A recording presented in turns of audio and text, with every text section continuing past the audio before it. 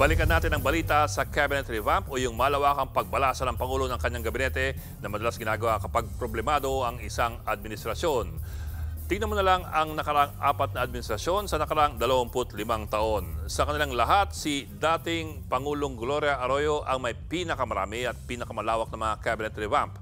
Una, dahil si GMA din ang pinakamatagal na nanungkulan sa kanilang 4. Umabot po siya ng 9 na taon. At pangalawa, ang kanyang administrasyon din ang tinamaan ng sunod-sunod na mga skandalo na nakaapekto sa kanyang popularity at performance ratings. Mula po sa Oakwood Mutiny noong 2003 kung saan nagrebelde ang mga tropang Magdalo hanggang sa 2004 elections kung saan mahigpit ang labanan nila ni Fernando Poe Jr. Ang unang cabinet revamp ni Arroyo, 2 buwan lamang matapos ang 2004 elections na yan. Si VP Noli De Castro, ginawang pinuno ng HUDCC at si Mike Defensor naman ay nilagay sa DENR. Ang bagong Executive Secretary si Eduardo Ermita, sa DFA si Alberto Romulo, DepEd si Butch Abad, Justice naman si Raul Gonzalez, Defense si Avelino Cruz. Ang pangalawang cabinet revamp ginawa matapos ang Hello Garci scandal kung saan hiniling ni Pangulong Arroyo sa isang opisyal ng COMELEC na siguraduhin na meron siyang 1 milyong botong lamang sa 2004 elections. 10 miyembro ng gabinete ni Pangulong Arroyo nagbitiw noong Hulyo 2005 dahil nga sa Hello Garci scandal at hiniling nila ang pagbibitiw ng Pangulo. Si Finance Secretary Cesar Purisima, Budget Secretary Emilia Bongcodin, Education Secretary Butch Abad, Social Welfare Secretary Dinky Soliman, Peace Process Advisor Ging Deles. Bahagi po sila ng tinatawag kalaunan na Hayat 10. Pero sinubukan silang unahan ng Pangulong Arroyo. Nag-anunsyo si Arroyo ng malawakang cabinet revamp kasama yung mga nagbitiw na opisyal.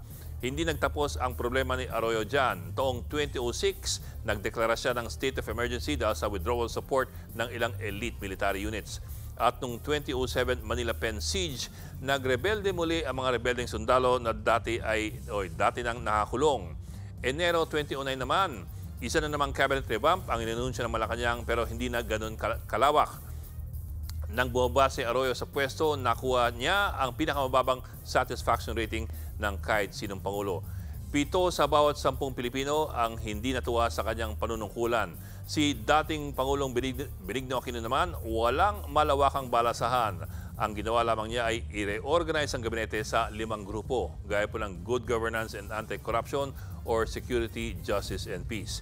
Si dating Pangulong Duterte naman, marami ang pinaltan sa kanyang gabinete pero hindi po sabay-sabay, pa-isa-isa lamang.